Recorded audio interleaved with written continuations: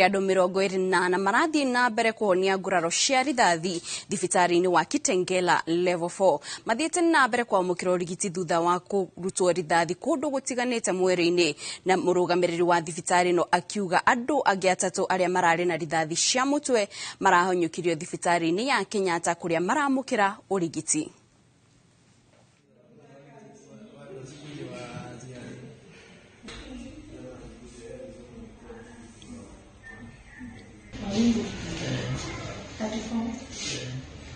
Mshana nilibuya rate ilikuwa nimepigwa na hii ndio bullet. Nilikuwa pale tu kwa parking yetu mahali askari walianza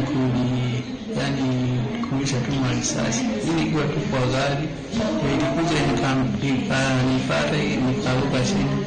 Sasa hata sikujua venye nilifika kwa hospitali. Kwa pale tumeandamana, kibahati mbaya huyo askari akapiga risasi kanipata mguu, kajipata hosi. Most of them had gunshot to their arms, to their lower limbs. Also we had majority of them having, like 3 of them having bullet dislodged in their scalp region. So one of them was critical, and that's why we referred to KNH, because he had that dislodged bullet inside the scalp.